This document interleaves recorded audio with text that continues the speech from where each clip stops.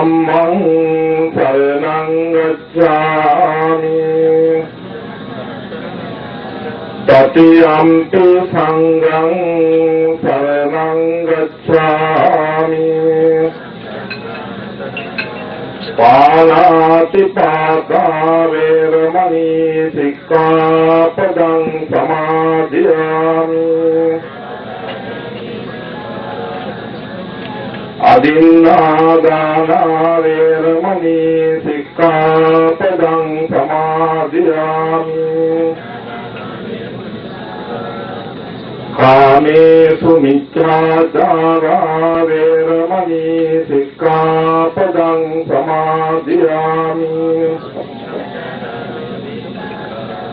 මුසාවාදා වේරමණී සික්ඛාපදං සමාදියාමි සුරාමේර මජ්ජපමාදත්තානා වේරමණී සික්ඛාපදං සමාදියාමි. බණ්ඩාර මහත්තයා අද මම එනකොට කොයි විහෙර ගල්තේ මහත කියලා ප්‍රශ්නයක් අතුරා තනමල්ලිලා මේ වගේ මහා කලුගල් පර්වතයක් මුදුනේ චෛත්‍ය රාජාන් වහන්සේ නමක් කරවලා අවුරුදු 4කට විතර ඉස්සෙල්ලානේ ඒ කලාවට වෙහිද තිබිච්ච ඒ ස්ථානයක් පුදුබිමක් බවට පත් කරන්ට යෙදුණා. ඉතින් අද මේ දෙවෙනි විහෙරගල අද ඒ චෛත්‍ය රාජාන් වහන්සේ වෙනුවට ලෞතර බුදුරජාණන් වහන්සේ වැඩි ස්ථානයක් බවට පරිවර්තනය කරලා තියෙනවා. ඒ වගේම මේ අවස්ථාවේ ආරණ්‍ය සේනාසන වාසී මහා සංඝරත්නය ඉදිරිපත් කරගෙන ලෞතර බුදුරජාණන් වහන්සේ සදා කුරු කරඬුව ඒ වගේම පිරිනමන පොත් වහන්සේගේ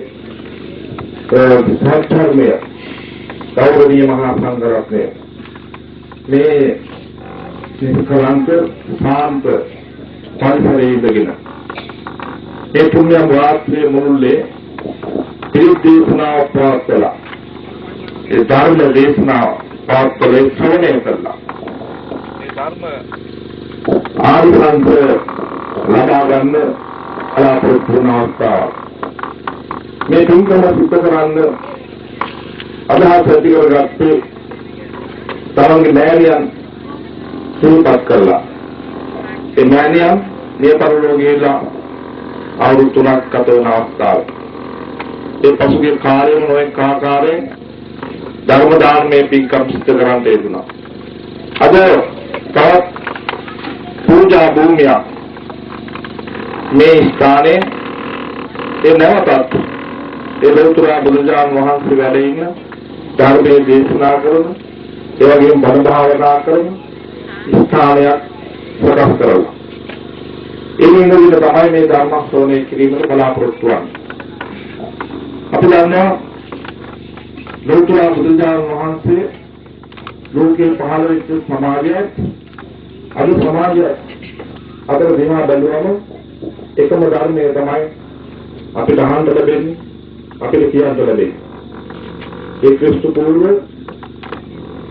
හයන සියවස බැලුවම් පස්සේ ඔය යෝගාචාර්ය විවිධ බුද්ධ ඔය සීල සමාදාන කරන අනුගමනය කරලා තිබෙනවා. ඒ විමුක්තිය ලබා ගැනීම සඳහා අද කොයි ආකාරයෙන් බැලුවත් අද සමාජයේ දකින්න ලැබෙන්නේ අසහනකාරී ස්වභාවය. අසහනයේ කියන දේ ආර්ථික වශයෙන් ගත්තොත් අධ්‍යාත්මික වශයෙන් ගත්තොත් මේ අසහනකාරී ස්වභාවය එක්ක ආර්ථික සම්බන්ධ ඒ බුදුරජාණන් වහන්සේ නැත්නම් ඒ සුජාත කුමාරයන්ට මේ අසහනකාරී තත්ත්වය පිළිබඳව නැත්නම් අභියෝග පිළිබඳව කල්පනා කරන්න යෙදුණා. ඒ අභියෝග මොන ආකාරයකටද ජයග්‍රහණය කරන්න කියන කාරණා පිළිබඳව. එනිසා උන්වහන්සේ දැක්කේ අපේ සිතේ තමයි